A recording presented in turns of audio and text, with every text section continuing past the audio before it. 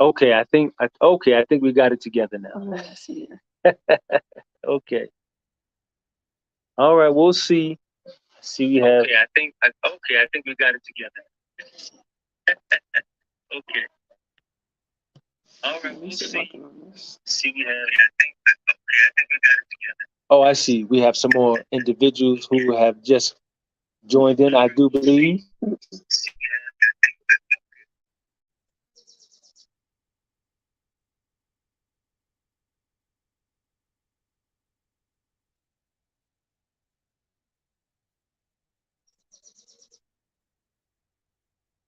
Alright, so that popped on.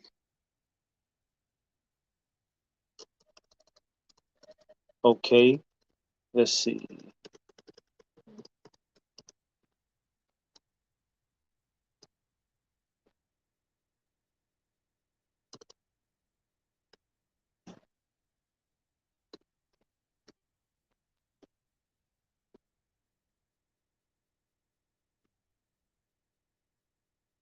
Okay, greetings, peace and blessings. We are the Mohammeds, the residential tourist. We are 85 to Africa. We are living in the after, and we are really thrilled and excited to be able to come to you on this live. We had a little some complications because we're trying to get fancy with the hopes to provide a better quality, I guess, version of our live. So before we dive on in, we want to maybe give it a moment, some time to hopefully get more individuals uh, on board in the live. So if you are if you are on the live right now, if you just bear with us a few more moments, and we'll get underway because we want to be able to share some of our thoughts and hopefully have a bit of a dialogue and discussion based on maybe some of the comments you will share with us. So give us a few moments while we get this thing underway, and we'll go right at it. We'll go right at it.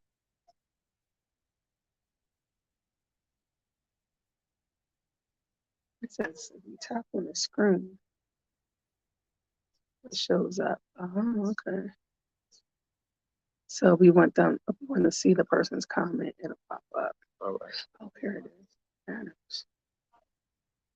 And you put the, do I have that option on here? On your phone. Probably just there. Okay, so all right, we see individuals coming in, and we are grateful and we're thankful that you would just take a moment, lend us some of your time. Please, again, bear with us. We got like 4 or 5 devices working at once, seeing which one is going to be the one. Can you hear us? Uh, If somebody can let us know if they can hear us. yeah, give us a thumbs up or give us something. Let us know, uh, and that way we'll know. All right. So, all right, let's just go right into it. I And don't know if they can hear us. Anybody? Get that on mute. all right, that one there. Turn yours up and see if you can hear.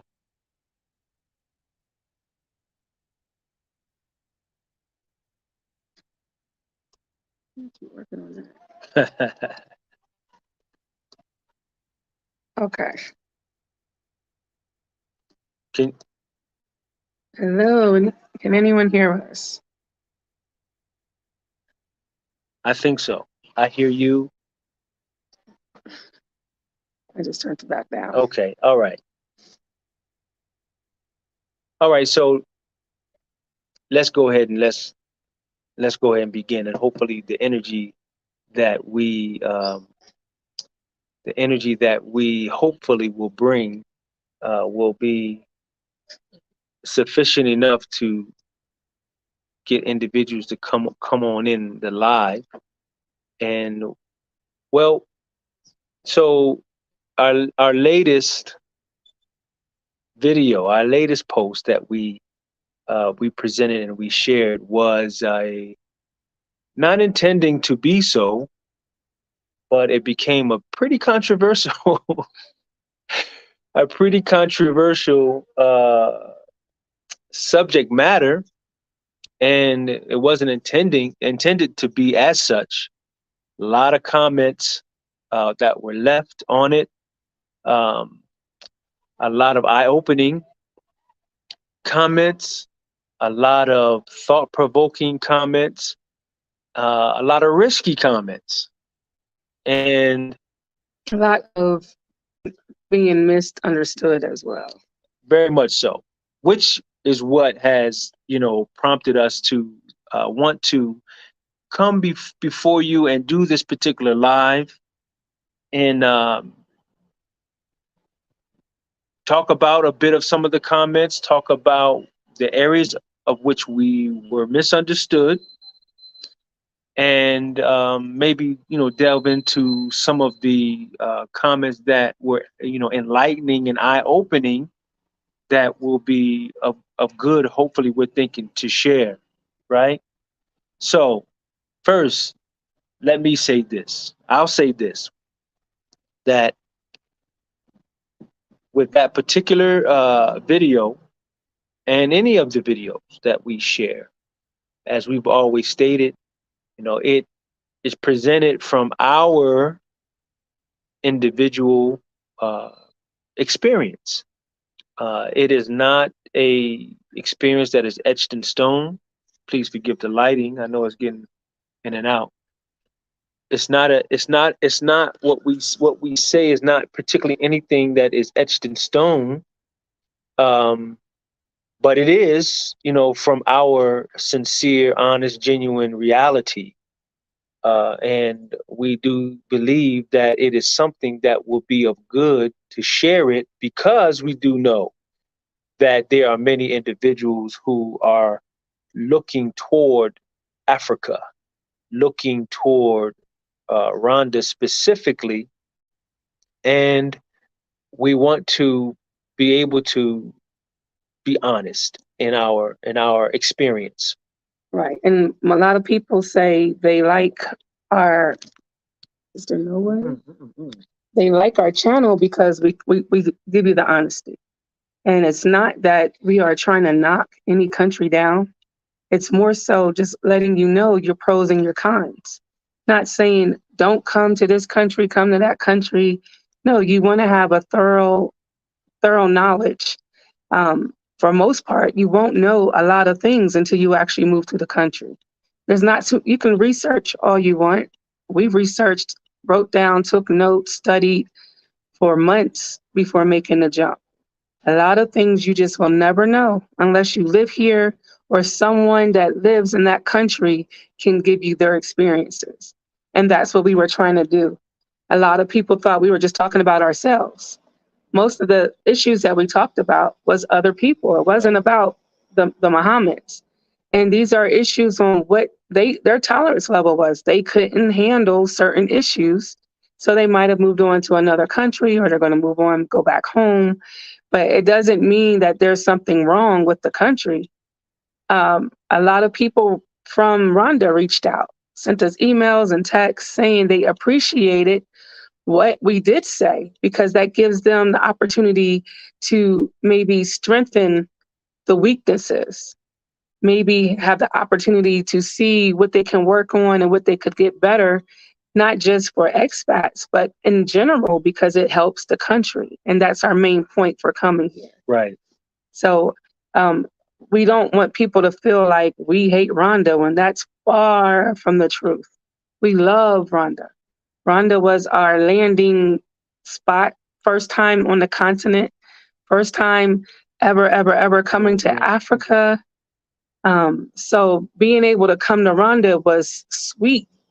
It was a beautiful country. It is a beautiful country. And we're still here in Rwanda, by the way. The people are beautiful. It's a very calm country. It's very safe and clean, and it has a lot of good things that people look for when they're looking to relocate to Africa. Living here, we understand that there might be different demographics for different people. It's very good country for seniors. We know that. Is it a good country for people that work from home? Is the Wi-Fi stable enough to handle it? Is the noise level? I remember we had someone that left because they were working from home in the States, but it still was too noisy outside. Rwandans have children play all day. They talk on the phones. It's just a loud country. So it wasn't in certain instances. so they weren't able to pretty much be able to work online because of the outside interference. So it doesn't mean it's a bad place. Other people love to hear it. Other people, I love hearing the children playing and dogs barking and the roosters crowing and chickens clucking. I love hearing that. I don't know. I just do. Yeah.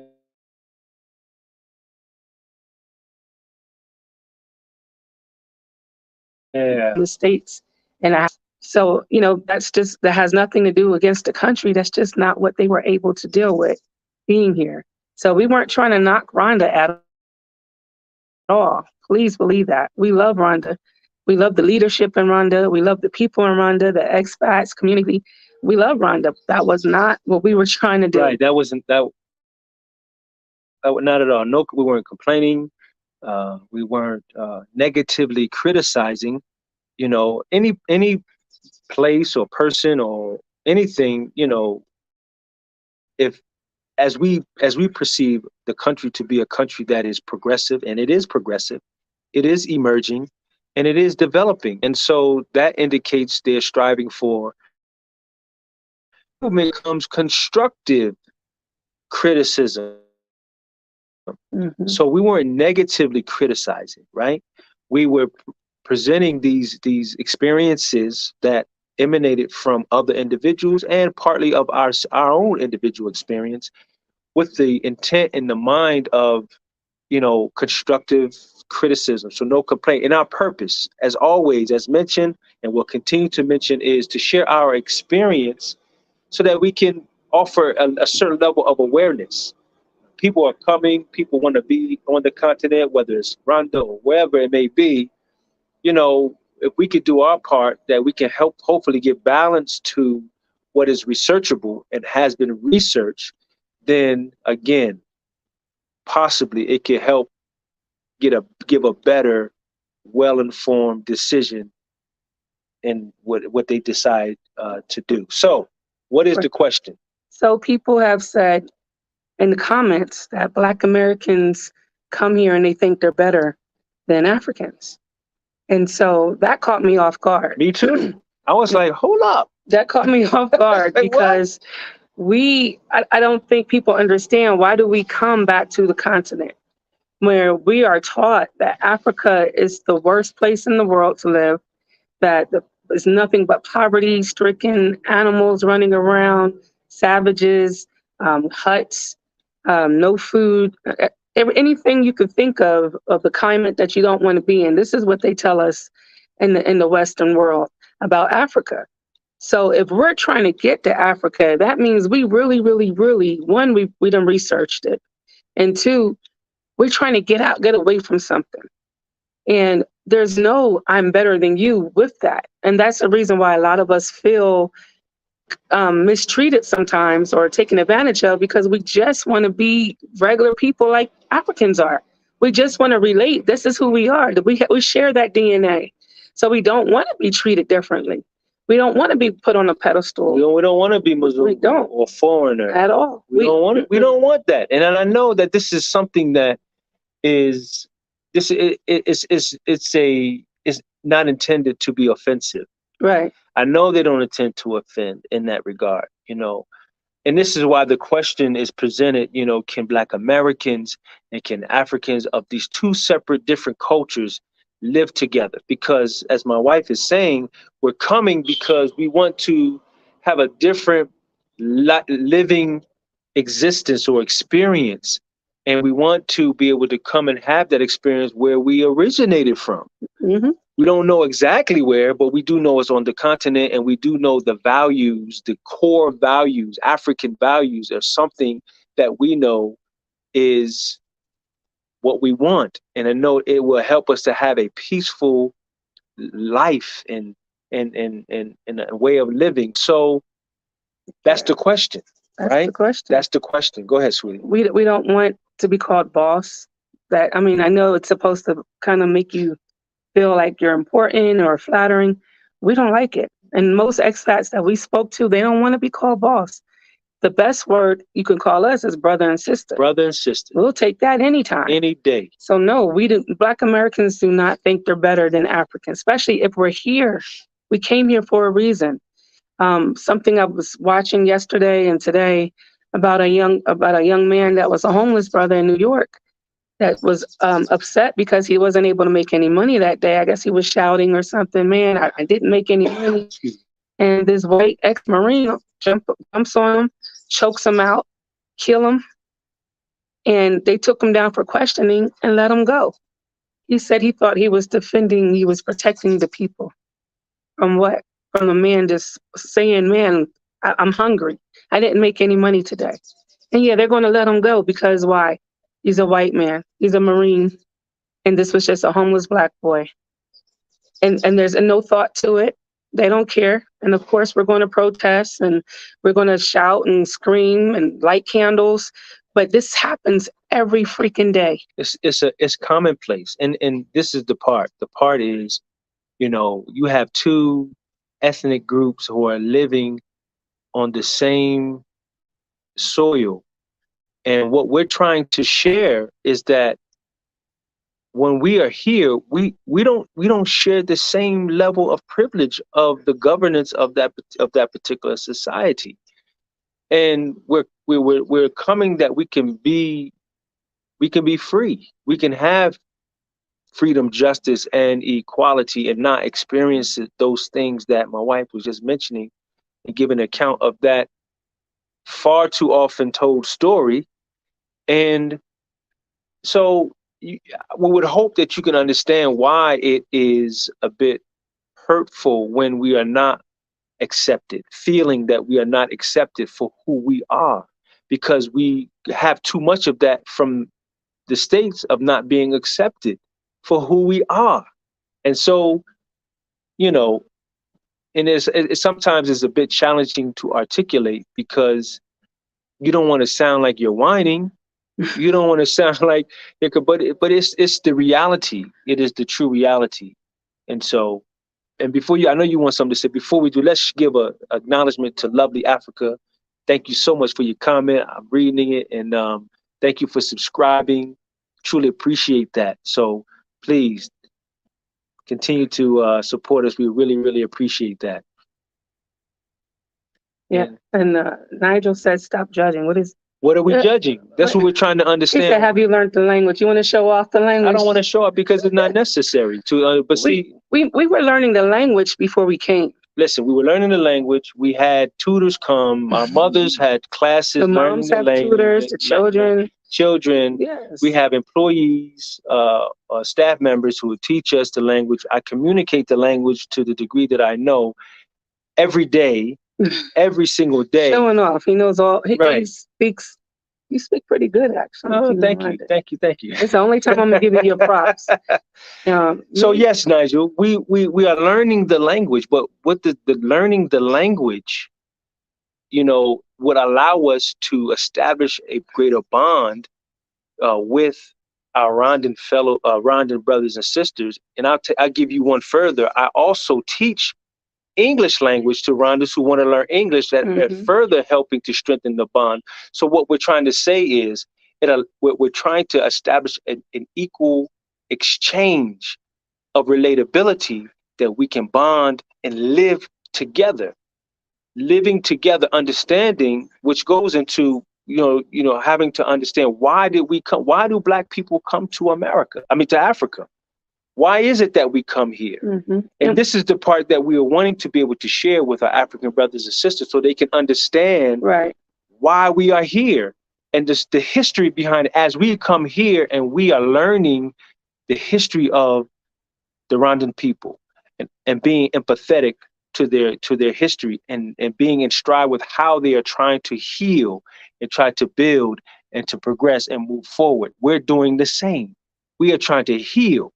We are trying to build, rebuild, and repair, and we can move forward, and we can do that together because we have a certain level of understanding of a similar experience. Yeah, in Rwanda we do. In Rwanda. So the issue is here, Kenya, Tanzania, we've been through sort of those three countries, and we always ask them, "Do you know about us? What do you know about our history?" And ironically, they don't. They don't know who we are. They don't know how we got there. They know that there's black people in America, but they have no clue how we got there. They don't know our history. So they don't know that we were stripped of our language, we were stripped of religion, we were stripped of our culture, we were stripped of everything. So when we're coming here humble spirit. Most of us, I'm not gonna say everybody. Most of us coming with a humble spirit. Well, it's kicking the door. Right. I mean, No, I'm here, worship me. But no, we really want to embrace Africa. We really, that's our heart's desire. We want to embrace Africa. We want to get back to the country where our ancestors were stolen from. So please understand, we're not criticizing any country like this country is poor, it's this, it's that. No, we can't wait for Rwanda to reach its pinnacle and be a serious force on this in this world, especially on the continent. It has so much potential. It does, and it's going to be great. We see it. And the sad thing is there's investors and people that come in from all over the world that sees it and they're building here. So it's going to happen. What we're talking about is today. People that are here today. It's not that they don't have that longevity, but maybe they came here for a certain reason and they're not going to be able to get that reason today. People that come with families.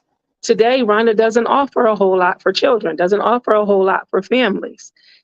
So it's harder for us with families here in Rwanda versus going to another country that's a little bit more developed and they have certain things. A lot of stuff we just didn't know. Other expats didn't know because we seen the potential and we thought, okay, we could ride it out. We can ride it out until it reaches that level. In the meanwhile, we're going to contribute the best that we can to help in the growth and development of that country. Most expats that have come that we know, they have contributed to the economic development of that country in some kind of way. Except for even retirees, because where do you think they're paying? They're paying rent, they're buying food, they hire people, they have drivers, they're still contributing even though they're retired. And they're buying property. They're buying property, they're buying clothes, they're doing their thing as well. Mm-hmm. So I don't know any particular expat that have come and just took from the country. Most people contribute some kind of way to the economic development of the country. So please don't think that we're talking bad about any country. We're just letting you know, this is what we found out on why we got a whole lot of people coming, but there's also a lot of people leaving. Because I mean, ideally, we would love when people do come to, and their intention is to come to actually, like stay. We want them to stay. We would love, because we understand, we know what it's like back in the States for us as Black people, and we would hate for individuals to want to have to return back to that.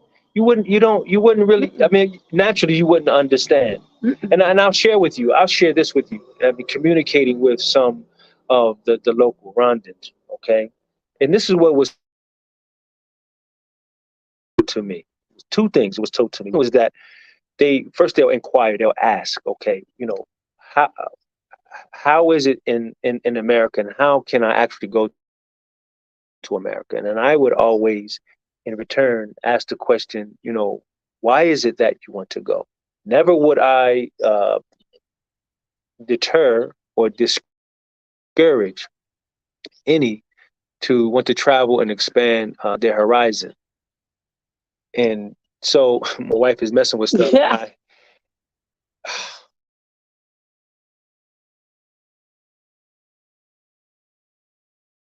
No. Please stop messing with stuff, baby. So my question to them would be why, and they would say they were looking for opportunity, and I feel that coming from America, and my response to them, we came here for the same thing, an opportunity. And sure enough, there is opportunity in the United States and in the other Western countries. But the question is there equal opportunity? And that's the part where you don't you don't know. They don't know until they actually get there. Now that leads me to the second thing, which is there are many who have gone from this particular country, and they, to their surprise, have seen a side of America that they didn't expect. The very side that we are trying to share with you. But here's the part, though. This is the part that is uh, that can be damaging. Is that when they return, they don't share that. Mm-mm. They don't share that experience. They don't share that. Okay, yes, it is a country of better opportunity. I wouldn't say great, but it's better financial opportunity. However, there's a price to pay to achieve that particular opportunity. And so we are in a position, right, now blessed to be on the mother continent in this particular country. And we have an obligation to our brothers and sisters back in the States that are looking to leave and to come to have a better experience. We can't default on that. We have to share with them the reality, because this is their life. We understand the agony. We're trying to save our lives. Most of us feel like refugees. Like we're trying to get out and get there. Listen, that's the opportunity that we're trying to get. Mm-hmm. A saved life. Right. A saved life. I remember when we were like 2 weeks away, and I kept praying, just please let us get there. Please let us get out. Please let us be able to. That's how it feels, especially when the countdown comes. You're just trying to save your life, especially if you have children, little boys, a husband. Your thought is, I need to get out of here before they take them, before they kill them. So no, we definitely want to make sure that people understand that most of us that are coming here, we're coming here with the mindset of, I'm trying to get free. I'm trying to live. I just want peace. I'm tired. Another one of the comments that came through. Another one of the comments that came through was. Shout out to everyone that's making a comment. I forgot. Let's read. Reading them. Thank you so Tony much. B's. Yeah, Tony B. I read it. Thank you. Peace to you, brother. And indeed, you're 100%. We have to become more tolerable with each other's differences, and that's that. That's how we're going to be able to make this thing work between us. Because we've been foreign. And it was true. We've been foreign to one another. And so, yeah, I agree with you on 100%. Firewall, my man, he always comes correct as well. Indeed, we can't make that. The guy that always does the research. Yeah. Boy, I say he must be a scientist. So thank you for the comments that you're presenting, and you're right on point, and we're grateful and appreciate that. So we want to make acknowledgement to all of you at this point who are making these comments. Yes. Thank you, Nigel. We're trying. We are. We're headed to Johannesburg, South Africa this year. We're getting our home ready to put on the market. That's what's up. Yeah, that's awesome. And beautiful. And you really, when people understand why we come, we can maybe build better relationships. People, like, a lot of times they say, when you guys come, that means you got money because you were able to make that journey. That's not true. That might have been all that person had, just trying to get free. Mm-hmm. And on top of the fact, another guy had mentioned in the comments, he said, well, I'm over here in the States, but I'm from Africa, and you don't know how you guys treat us. That's true. But what I do know is, if the policemen stop you, you're not African. You are black. You are you everything. They look at you like they look at us. But over here, it's different. Oh, you got a different accent. You got a different complexion. So you're treated differently accordingly. But in the States, you just black. Don't matter where part of Africa you come from, because they understand we all come from Africa. You just a straight N-word like the rest of us. And I think that kind of, horsebacking off, I think of what Tony B and even what Firewall had commented on. which is, it all, we got to have the appropriate knowledge of self, understanding self. As Black people in America, because we had been stripped of all of that, as my wife had mentioned, of who we are and where we came from. Even to this day, 2023, we don't know our origin in this world. We don't know the root of our existence. And for those who are fortunate to have either come across that knowledge or who have sought out that knowledge, we understand and know that our root and our origin is right here on this continent, right? On the flip side, right? Because even though we had been kidnapped and taken away from our more ways and four ways, our original culture, many of the Africans, as again, my wife has mentioned, they don't even know that part of us. They don't know that part. They don't understand that. And so that has to be made clear and understood. So yes, true. We can't treat our African brothers in the States as foreigners. We can't treat them, we can't alienate them. And the same here. So we gotta, as Brother Tony B, it's a process. It is a process. However, we have to enter into that process. We have to be open and willing to enter into that process. For those of us who are here, we have to understand, true, we have been conditioned, Black men and women. We have been conditioned. We have been made in a way outside of who we are originally. And so I had commented in response to an individual and stated to him that we have adapted to a particular culture, not adopted. Okay. We have had to, because that had been our survival. We had been stripped of everything. And so we had to become what, excuse me, what they made us to become. And as we are emerging, as other African countries are trying to emerge, it is a process and we are in the development stages. And so it begins with knowledge of self. We have to have a thorough knowledge. We have to know that we come from a glorified past, but they have to know that that glorified past had been interrupted and we are the result of that interruption. And so we're coming back. Or the DNA of it. Yeah. The seedlings. The seedlings of that. We're coming back. So, it's a process, man. It really is. It really is. It is. So someone had asked, any Black American missionaries established links in Rwanda before your arrival that you met? Will you categorize them as part of the expat community?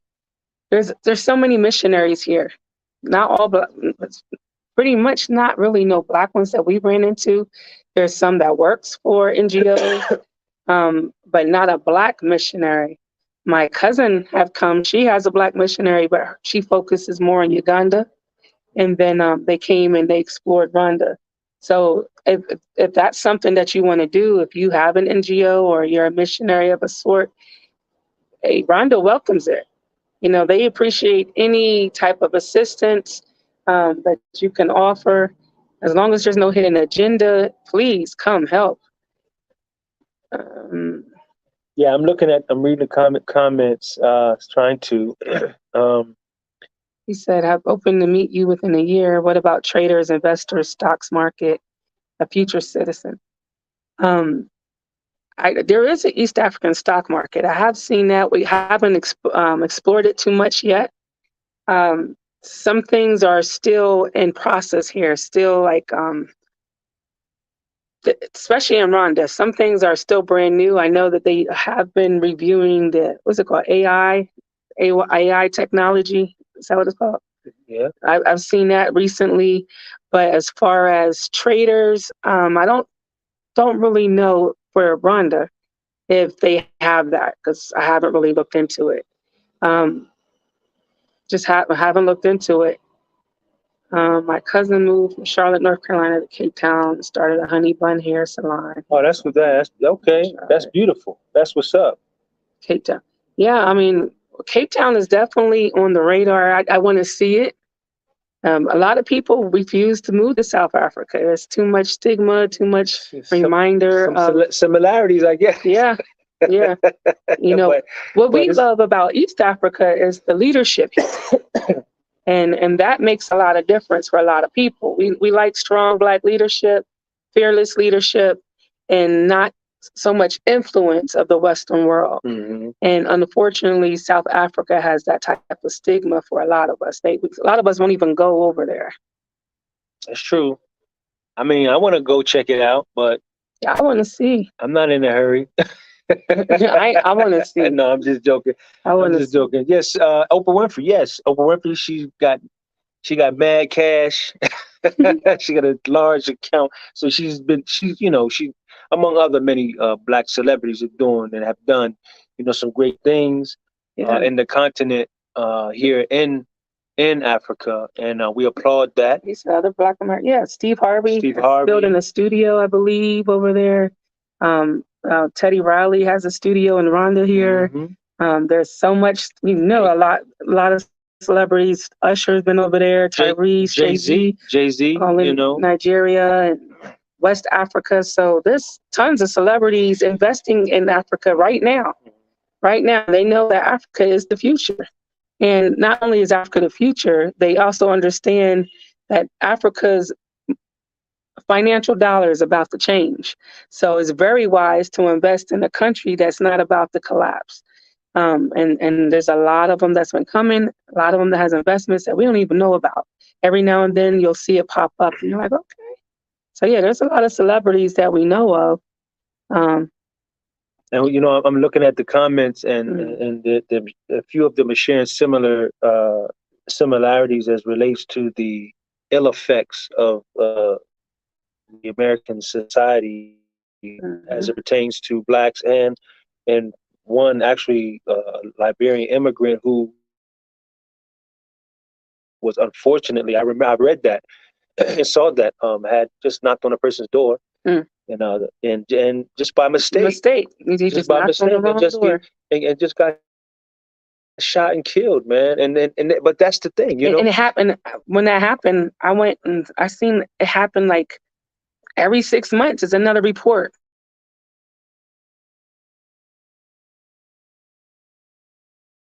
Going off. That's Someone that knocked on apartments and housing estates look alike. So he knocked on the wrong door, got shot. It's like crazy, what man. you guys you got to understand when you come into an African country, you're coming to countries that do not support guns. You're not allowed to just have a gun in Rwanda. You can't even get through the airport. There's nowhere to buy a gun here. The only people that have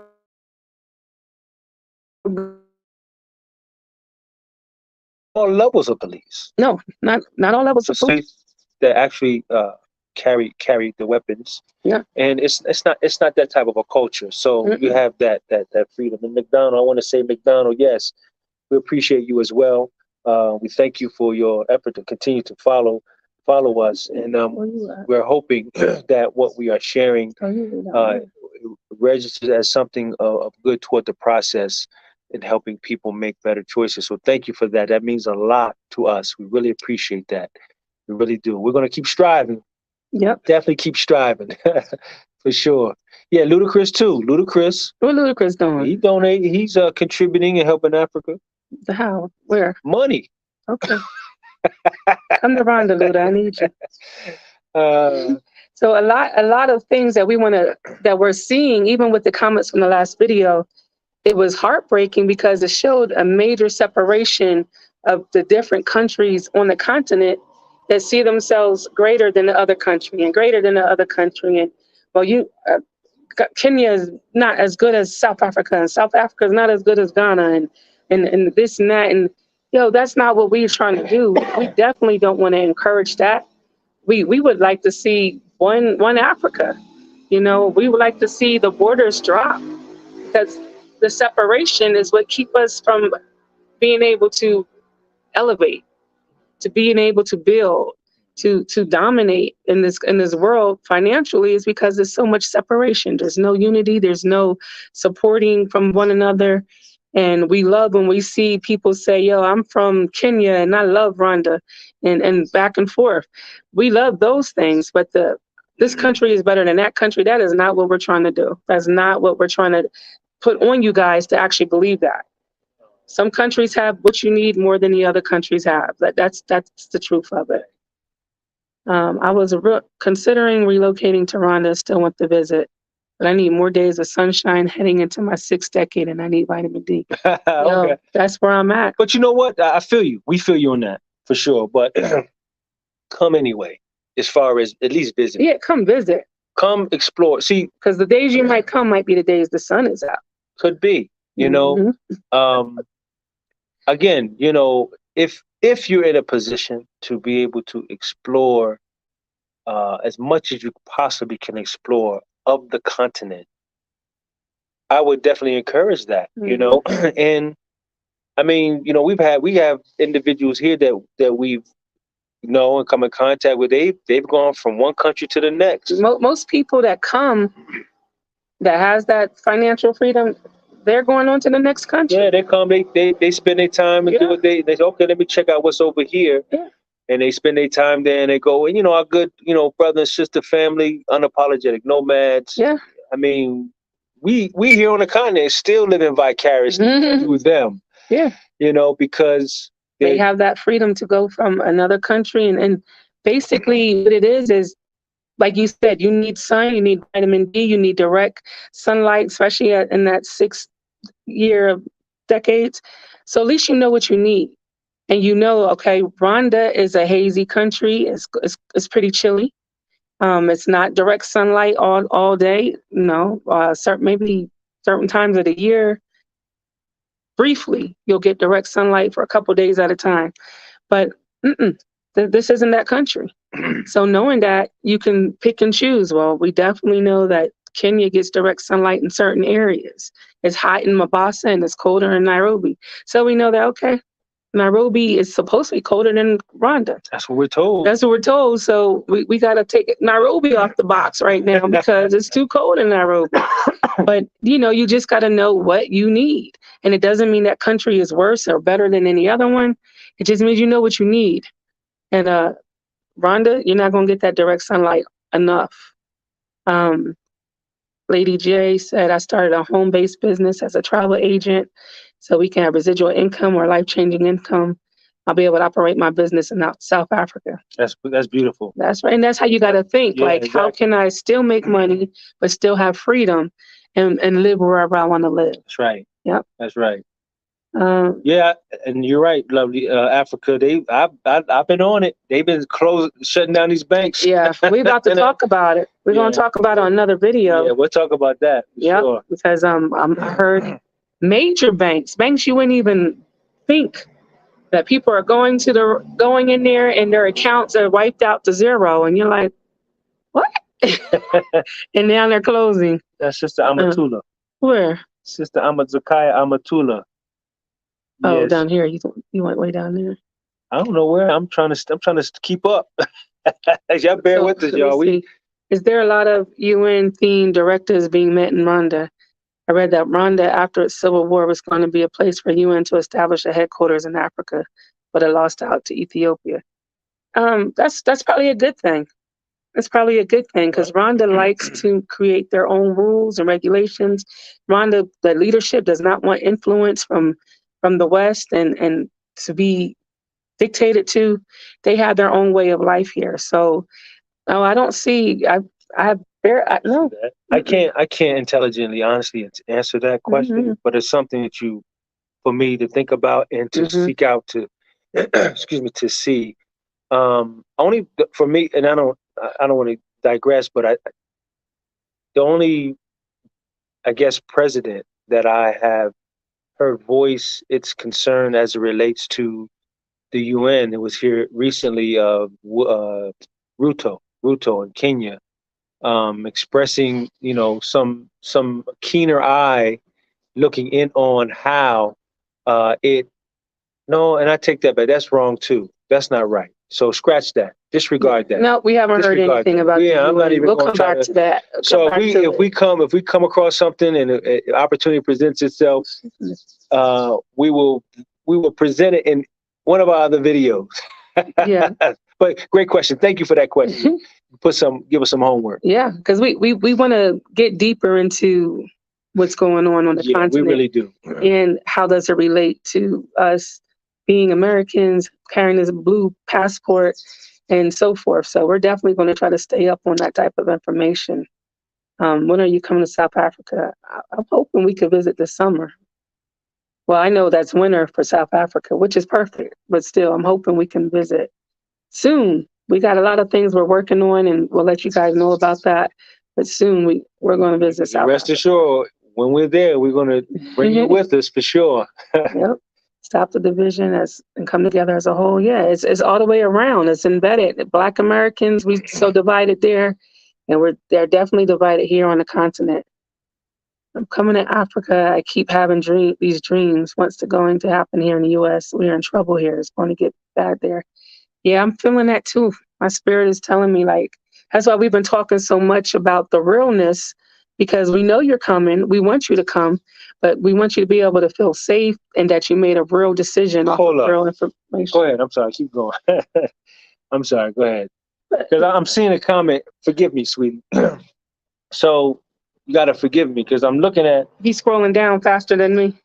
No. I'm just looking at it. So I'm looking at a comment, and I see Eric B. Now, the only Eric B. that I'm familiar with is. Because it would have a blue check mark if it was. I don't know. The only Eric B. I'm familiar with is Eric B., that phenomenal music genius DJ of Eric B. and Rakim. And that's the only Eric B. I know of. He interrupted everything thinking this is the Eric B. Hey, listen, Rakim. Listen, I'm a hip hop head. You understand? And I'm like Black Thought of the Roots, hip hop. You're the love of my life. Hold on. No, I'm not changing it. Listen, this is what I'm going to say. This is why it affected me so. Even the comment that was, whomever it is, the comment that was made is a very profound comment. It's true. It's very unfortunate that we were having this divisiveness both on the continent and even as we're experiencing it in America as Black people. We are one people, wherever we are in the diaspora. We are one people. But this comment, if it is from whom I'm thinking it's from, is significant because, no, it ties right on in. Because the hip hop culture is a very significant culture as it relates to Black people. It saved many, many lives, and it's still saving many, many lives. Because whereas Black people had been trying to establish a culture of identity for many underprivileged youth, we know Sedgwick Avenue, follow me, y'all, Sedgwick Avenue in the Bronx, right? The hip hop culture was an outlet of positive expression for many young Black and Latino children. So it's important. This is important, but these are the things that are significant. This is what makes up Black people. And this is all they know about us, though, because especially in Rwanda, I'll say 1995 and down, this is what they listen to. 80 to about 95. That music here, they still, what I say, Rwanda's retro when it comes to music. They love old school hip hop, old school R&B. You can hear that all day, every day. Not just Rwanda, actually, because we were getting it in Kenya and definitely Tanzania. Definitely Tanzania. But that's important. That's a link. That's a link. That's what they know of Black people is the music. I can go all day on that. But thank you, Eric B. Lady, appreciate you, brother. She wants to know, do we know any Airbnbs for our own people at Venice? If you're talking about Rwanda, we have an Airbnb here. But if you're talking about another country, I guess that's to Venice. Yeah, that's what Venus. Thanks for addressing it. Thank you for allowing us. Yeah, exactly. It's people, the ones who are willing to leave. We believe that as well. It's in America now. Okay, so maybe she's African. When I first came to America, I not only faced discrimination because of being Black, but even African Americans had discriminated against me because I'm not American. I'm of African descent, born to Jamaican parents. That was taught to us. It was. They made us. If you ever research Willie Lynch, we were taught to not accept our own. We were taught to look at each other as if we're greater than you are and you're beneath us, and we're still dealing with that. So I apologize for how we continue to be this way, but even though that was taught to us, it was a learned behavior, and as they say now, we're just now waking up. We're now waking up, so we color anymore. We just see that's my brother, that's my sister, we Black. So I personally apologize that that happened to you. I definitely understand how that feel now. But it's happening. It's something that exists among the original people wherever in America and even on the continent. As brother was saying, the xenophobia is real, and I'm understanding that it's very, as it relates to South Africa, it is very, very strong there. I mean, to the point where individuals lose lives, and I can't understand how is it that you know if I'm African and you're African, how is this is an issue that exists just throughout, and on one hand, it is a learned behavior. As it relates to Black Americans, definitely a learned behavior. It was a strategy, a tool to keep us subservient, and to keep us from ever uniting to be able to empower ourselves. And as my wife was saying, we are still fighting with that issue. It's crazy, but the same perpetrator came to the African continent and colonized it and used the same tactics. And so you have tried, especially here in Rwanda. This is the whole. We're not going to lay on it, but this is the issue of the Rwandan history, the recent history of the genocide.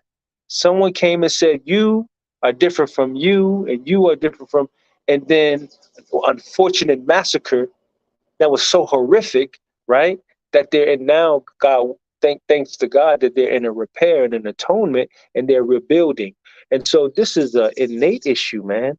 We have to really get this thing together across the diaspora.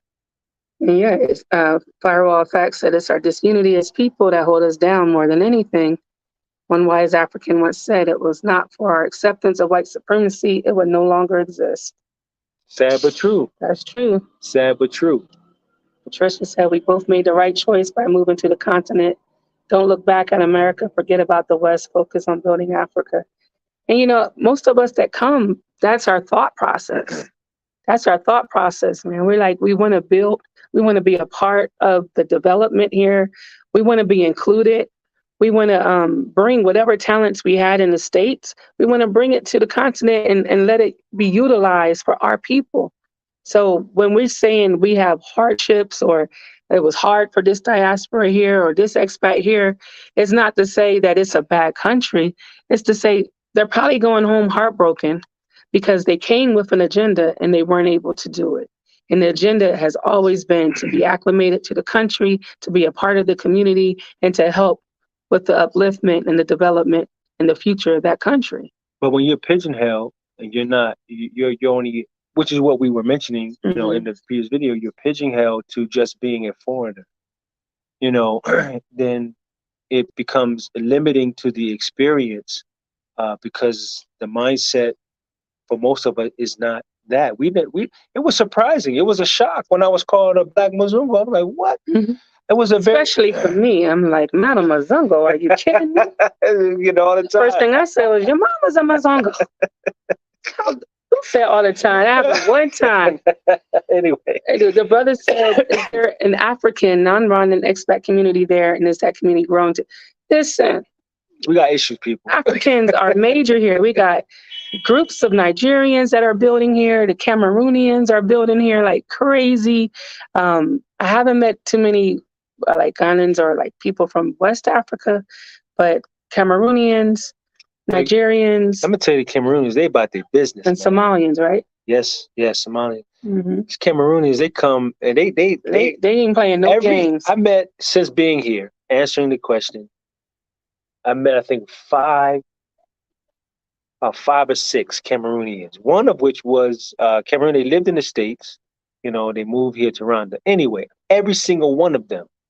When I tell you, when it comes to business, they are about their business, man. It's very inspiring, man. It's very impressive, So the communities, you have, to the extent that we know about maybe some of the others, like Nigerians, there's quite a few Nigerian restaurants that are developing and jumping. Tons. Nigerian restaurants on the takeover. Yeah. The Cameroonian. And the thing about the other African communities that come in, they just start building from the ground. They just hit the ground running. They're building. Most of them have 2, 3 businesses. They serious. And they come and they love Rwanda. They love Rwanda. Yeah. And we're also here in Uganda is a melting pot for other African countries. Like Africans from all over the world, you'll find them in Uganda. So yeah, they have the freedom. What's genius about the East African connection is they don't need visas. If you're part of the East African country, they can go to another country, live, work, whatever, and they're happy. Yeah. So we do love that about East Africa. So There's your Eric B. Eric B. He said that ain't Hey, him, listen, man. that's okay, but it's cool. Because I share the same. Eric B. Rakim, one of my all-time favorites as well. So yeah, you wearing the name well, brother. Keep rocking it. Firewall of facts. We concocted a culture to survive and wall-to-wall white supremacy as prisoners create a culture to survive in their environment. But this is our real culture, or the one in Africa we came from. That's right. That's what we want to be a part of. Right. If we made it in the States through that type of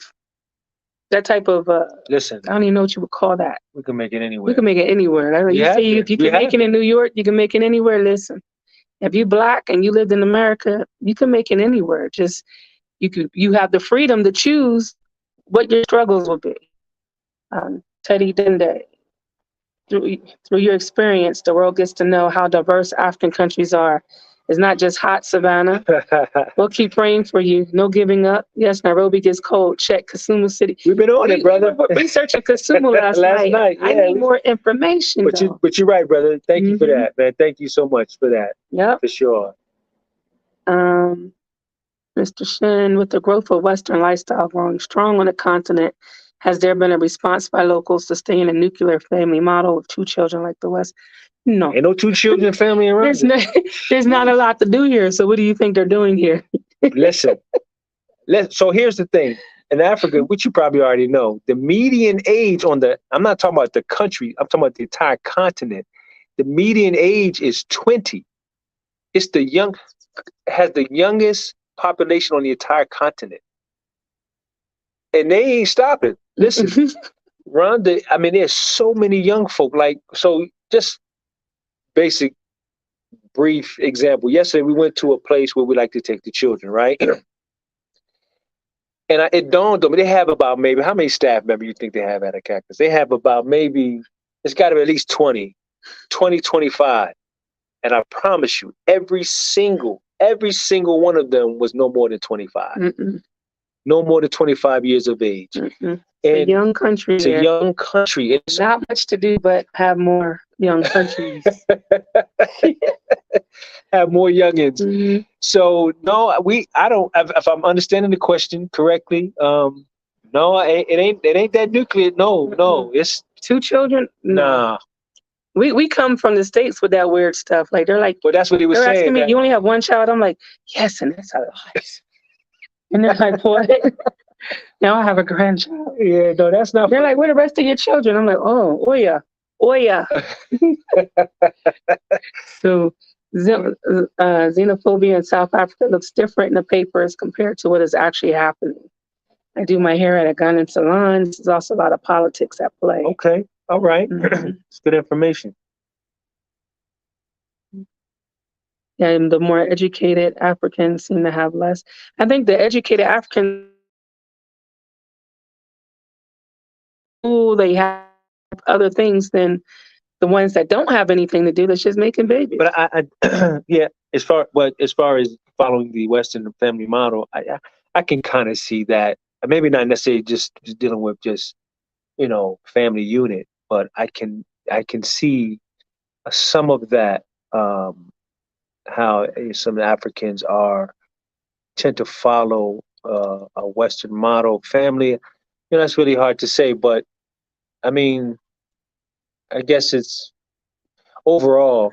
I mean, I don't really see that really too much. You might find some, but for the most part, they got babies. They got large families. Mm-hmm. In Rwanda, I can only speak for Rwanda. I can't speak for anywhere else.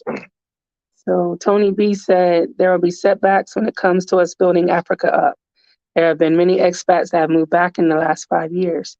If you pay attention, you can see something divine happening. I agree with you 100% on that. And we're honored that we were chosen to be a part of that divine. Yes. Was the divine development. East Africa will be the next superpower by the end of 2023. All right. Okay. Well, then we in a good position. Good position. Yes, hit the like button, people. Please share. They may not respect elders because they are none. Well, let me say, in Rwanda, if you are an elder, you are treated like a king or a queen, especially for the mamas. They love the mamas because of what happened. Most of the elders are gone. So they love the mamas. One of the things that they would be so happy to see that we have both our moms here, they would be in tears. They would be so proud. Like, I can't believe you brought your mothers. Right. Man, they love the mamas. Can you speak about the child support law? Child support. Oh no. You mean you have a baby, take care of it. That's the law. I don't They know. have issues like we have issues. We've had a lot of our team members would say they don't know their dads. Their dad was not in the house, or their dad was killed. Their dad was part of the genocide, or their dad just lost his mind and he's gone. He bounced. Or they bounced and had another family, and that's just what it is. That happens. That's kind of almost common. I don't know why that made me smile when I heard it. I said, "Oh, it's not just us." I thought it was just what they did to us in America and made us crazy and do stuff like that. But it happens. It happens. But I don't think there's a child support law here. Or I can't say that there isn't. I just don't know it. Yeah. This is why Europe and America don't want us diasporas going to the continent, because by us joining forces with our brothers and sisters on the continent will make us a powerful nation on earth. You said it, sis. Exactly. You said it. I was trying to do that close-up face. No, you're gonna make me fall. Exactly. Yeah. So that's our position, y'all. We don't Black Americans don't think they're better than Africans. We don't want to come here and change it and make it westernized. That wasn't our conversation. If you listen to the points that we made out, it had nothing to do with being westernized. If that was the case, we would talk about the power issue, the electricity issues, water issues in other parts of the country. We would talk about the Wi-Fi or lack of TV or no fast food restaurants. If we were trying to westernize Africa, these are the things we would be talking about. Instead, we were talking about being treated differently, being called Mzungos, which is, for us, it's an insult because that means white. And we trying to leave white America. We trying to leave from their control. And then we come here and we're being called. That was like, what? I'm not white. Mm-mm. It's just that I'm not.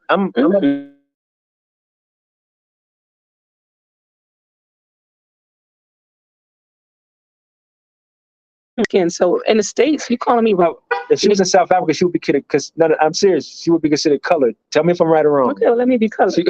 But don't call me anything that got to do with Mzungoism. Because that would be, and home in the States, we be fighting. Don't be calling me white girl. What's wrong with you? I'm just striving hard to get my tan, and you're going to still call me a darn Mzungo. That's what's triggering for us. It's not that we know you don't mean no harm. Most of the time they think it's funny. But it's a trigger word for us. But we have something to offer, I guess. That's the thing, is we have something to offer as. That's a good question. Yeah, Joe. So I was looking at that particular comment, and yeah, man, they do Christmas, they do Easter. We were like, what? We were surprised too. They got trees up here? They got trees. They light it up. They light up the streets. The streets is lit. But when I say, we gotta say, but East Africa though, even because first we thought it was Rwanda. We ain't seen Santa Claus yet, but no, there ain't no big white Santa. But in Rwanda, they celebrate every religion though. Yeah, every religion. They're very. The way we see it is that they're very respectful of the differences of the variety of there. So you have, even Ramadan. Ramadan. Eid here. They have Eid. They have Christmas. There's a Catholic holidays they celebrate, and every it's a real government holiday.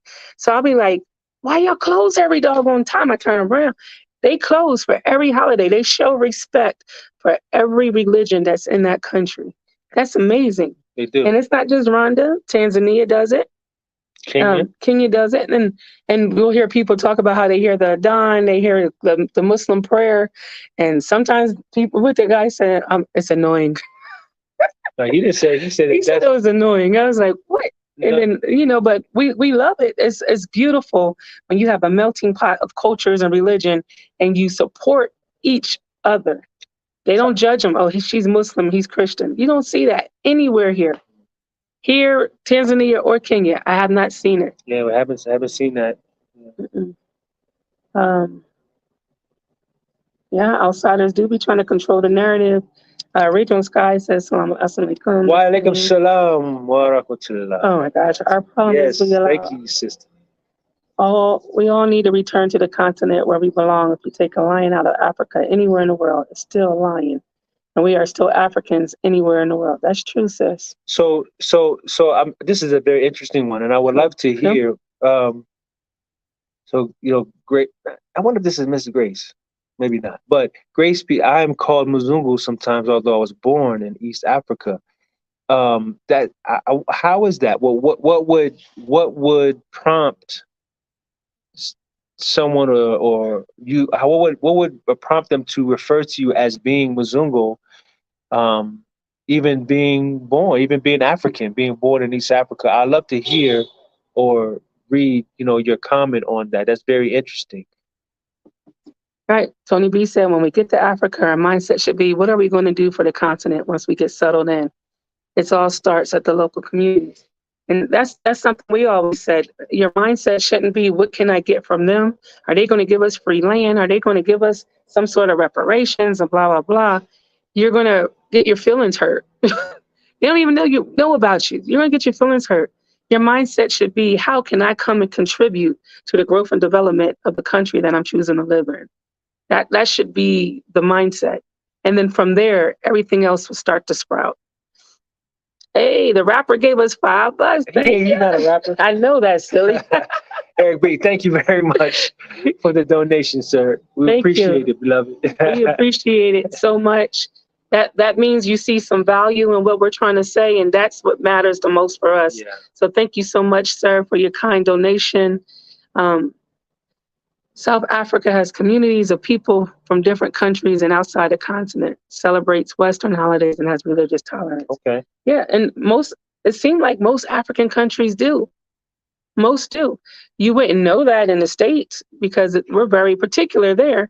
But here, they support and celebrate every religion, and it's mind-blowing. Glitter real estate home, beautiful properties in Kenya. Okay, I'm going to write that down. Grace says, it's because of my mannerism. I lived in the U.S. for more than 20 years, so sometimes behave and think like Mzungos to them. Wow. So, wow, that's really interesting. I mean, how does that? I know we can't have this. I wish I could sit and just question, share these questions with you, but I just wonder, how does that make you feel being referred to as such? This is a little different because you actually are African, and so I just wonder, how does that make you feel in being referred to as such? And you can comment if you would like. I would love to, but if not, no worries. I'm just intrigued by that, really, and thank you for sharing that with us. Really appreciate that. Yeah, I would like to see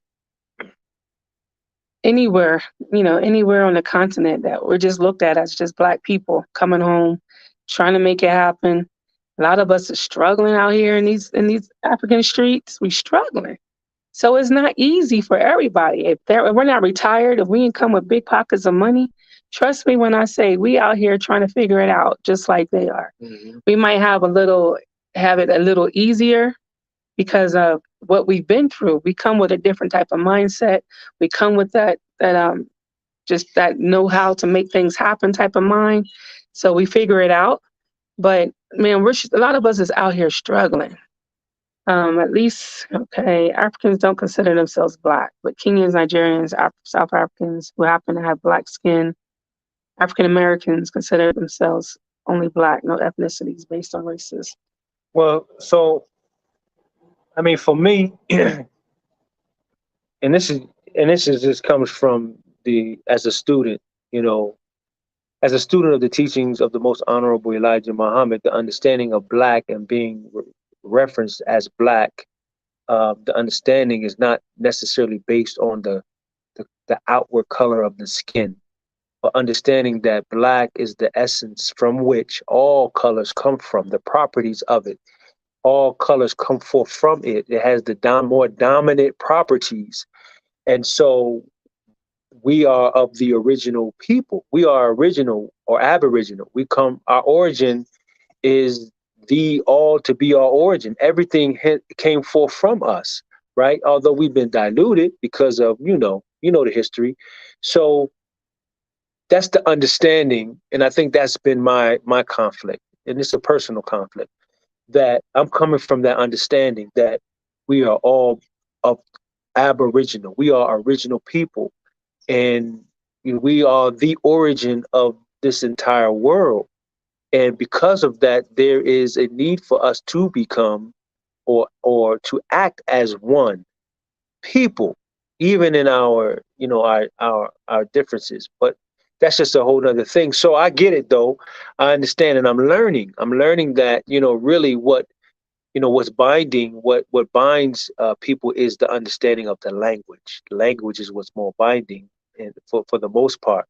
But as my wife said earlier, in the States or in Western countries, I mean, you can say you're African or whatever, but when they see you, they're gonna look at that black skin, and that's what they're gonna see. And to your point, because of the racist law that they have. So I get it, but we're black because of more than just the color of our skin, but because we have a dominance, not as a superiority, but we have a dominance in our genetic makeup that,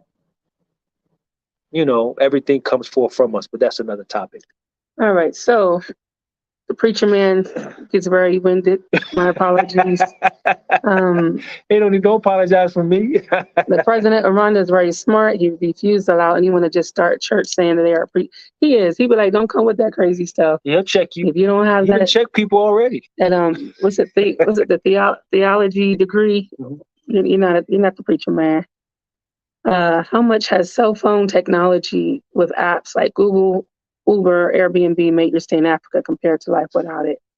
I see that with high technology development, many more people want to make it. Kenya was very easy because of having all the apps and all that technology. Rwanda is still developing with that. Even with there's no Uber here per se. They have other apps. Something similar. But it's still kind of rough where because of the Wi-Fi situation, you might not be able to access it. And then if they don't have an app where it just hits your bank account, you got to still use Momo money, or you got to pay the driver when it comes. So it still isn't really as smooth as what we're used to. Not as advanced. Airbnb, that's easy here. Everybody has the room share type of situation. But also remember, Airbnb, I think, is an American-based company. And so you still have it tied to your American situation. So it's easy to use Airbnb anywhere because it's based in another country. Nation building is a slow process. We must think with longevity and foresight for future generations to come. Another to see if your business would be a good fit in any country and a continent is by looking at the country's GDP, which industries are growing, the support provided. That's definitely true. And that's something we didn't know to do because we came during COVID. So even doing a projection for a business plan, we had to use what the projection was from the previous year. But we came during COVID, so that projection is null and void even to this day, because now we're still coming out of a COVID era.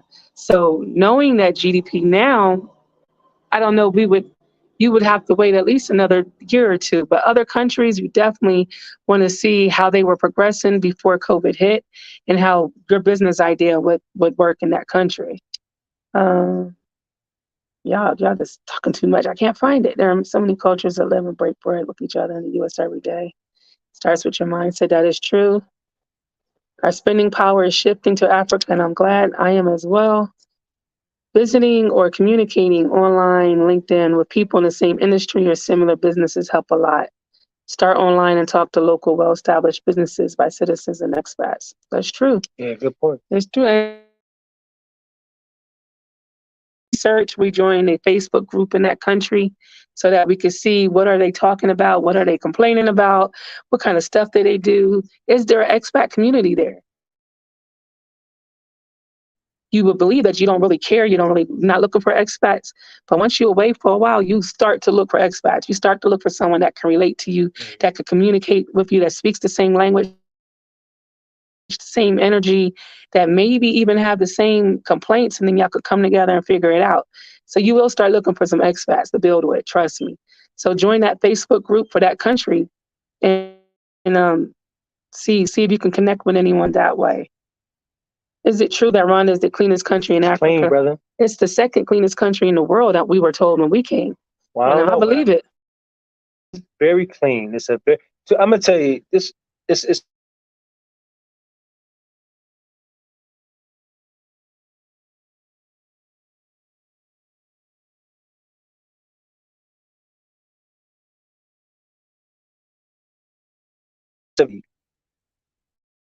Still right there. Okay. yeah. We had a little pause. If you happen to see a piece of anything in the road, I mean a small piece of something, it is extremely noticeable. It's like you really like you see that this is out of place. This is not supposed to be. Right. It's not supposed to be here. It is a very clean. And then I mean, but this the funny thing though. It's not that they have that. Okay, so we'll be driving. No sound. Can you hear us? Give us a thumbs up if you can hear us. Somebody, anybody. He said no sound. Can you hear now though? Echo Bella. Okay, we're back. Okay, thank you. So the funny thing is, we'll see people throw stuff out their window or throw trash out of the bag. The clean part about Rwanda is within the next 4 to 24 hours, the cleaning crew was coming, and they're going to clean that up. And so when we were in Kenya, we were looking at the seaweed on the beach. It's just the seaweed. Or even the pool decks at the hotel wasn't clean, and it was about 9 o'clock. And we would be like, man, if this was Rwanda, this would have been clean twice before the sun came up like this. Like, Rwanda don't play. They don't play. They don't play. Listen, it's clean. It's a very clean. Mm-hmm. It's very, it's orderly. That's we appreciate that. Yeah. We really, really appreciate that. So yeah, it is. It ain't just hype. It's the real deal. Mm-hmm. Tony B, we did a video on the healthcare system.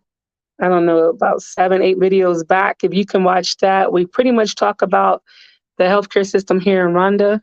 And yeah, we go more in depth on that video if you care to watch that one. But yeah, guys, that's what we wanted to talk about today. Is just clearing up. Man, we listen, man. We love Black people, American, African, Jamaican, Australia. I don't. We just the original people. The original people, man. And because everywhere we go, we have to fight just for our identity, just for our rights. It's all right, man. We want to have the most ultimate experience in Africa, and living here our brothers, with building together, loving, one another. We don't want to have this divisiveness at all. We don't want to be, divided at all, and again, we're so excited to share our experience, man, with whomever. Mm-hmm. And we want, we just want to be honest, and if they're those, I mean, we're family, right? So, we got family members that they're not on the level, and our families could be a lot better if we can just, pull cousin such and such to the side, say, look here, get your act together. All right. Or whatever the case may be. And that's how we're looking at it. Listen, we love you. We want you to be successful, but here are some things that we're experiencing. So look, I'm sharing it with you, and it's just the real. It's real. So we want Rhonda to be successful. We want Rhonda to be, great. We want Kenya and Uganda, with all of the African countries, because listen, the only growing up, whereas on one hand, the only images and information that we got and received was Africa being a very primitive, uncivilized, savage type of country. On the other side, when getting over that particular hump, the images that we received that was out there, that we were great kings and queens and we had the greatest of civilizations. And of course, that's what we latched onto. And that's what became our knowing of Africa. And we understand colonization and we know that it's not where it was, but that's the hope. The hope is to be able to regain that glory once again, and that we can live lavishly with a very, high civilization, universities, and just being a peaceful people living among one another. So that's the ultimate for me anyway. That's the ultimate. Yes. That's the ultimate. So thank you guys for all your comments and watching our channel. You guys have made the channel grow in the last 2 weeks. It just blew our mind away. I'm telling you, listen, we appreciate y'all viewership so much. We appreciate y'all so very much, man, sincerely. And if we have any new subscribers, please, if you find it, worthy, subscribe. Those who are returning, anything you would like to know of, we can cover. We'd love to be able to do that. Please share. Please like. And subscribe. And y'all keep hitting us up on the emails. We'll keep responding. If you want to donate, we still have Cash App and Zelle 470-429-9570. Wow, I forgot the number. Link in the descriptions, isn't it? Yeah, we'll leave it in the description. And we're going to strive to do a live once a week is what we decided today. We're going to try to make that happen and try to get this StreamYard thing to work right. We're confused. Yeah, we struggle. Thank you, Mr. Kofi. We appreciate the donation from the heart. Thank you so much. For the most part, it just makes us realize we're doing something. We're trying to tell our story and it matters. So thank you so much for acknowledging that. And we'll see you guys again. All right. Peace and blessings.